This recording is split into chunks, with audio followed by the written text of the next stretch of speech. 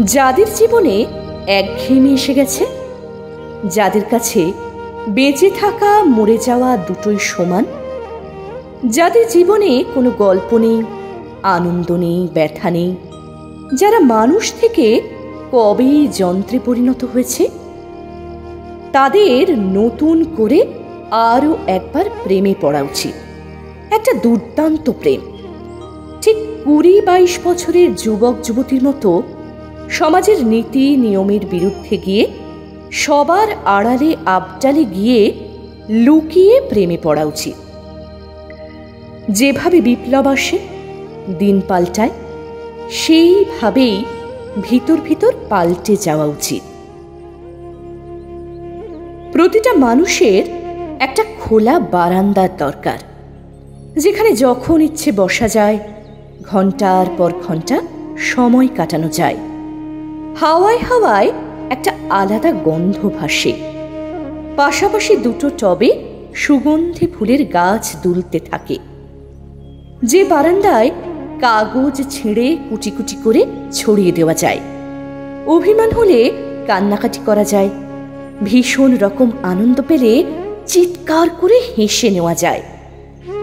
এক cup coffee নিয়ে যে বারান্দায় বসে সামনের রাস্তাটা পরিষ্কার দেখা যায়, যে রাস্তার মোড়ে মাধব কাকু ফুচকা নিয়ে বসে, যে রাস্তায় বৃষ্টি পড়লেই ছড়িয়ে যায় হলদে কদম ফুল, আর তার উপর দিয়ে হেঁটে যায় সদ্য 21-এ পড়া তরুণ তরুণী।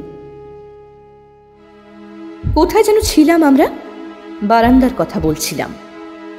যে বারান্দাটা তার একার হয় না, সম্পূর্ণ অধিকার থাকে না সেই বারান্দার উপর, কিন্তু যেটুকু মুহূর্ত সে কাটায়, সেই মুহূর্তটুকু আর কারোর হয় না। সব সম্পর্কে প্রতিশ্রুতি দিতে নেই, আবেগ কমে আসে। সব সম্পর্কে অধিকারবোধ থাকতে নেই, যত্ন কমে আসে। সব সম্পর্কে অভিযোগ রাখতে নেই, অনুভূতি ছোট হয়ে আসে। কিছু মানুষকে একার করে পেতে নেই, আবদার কমে আসে।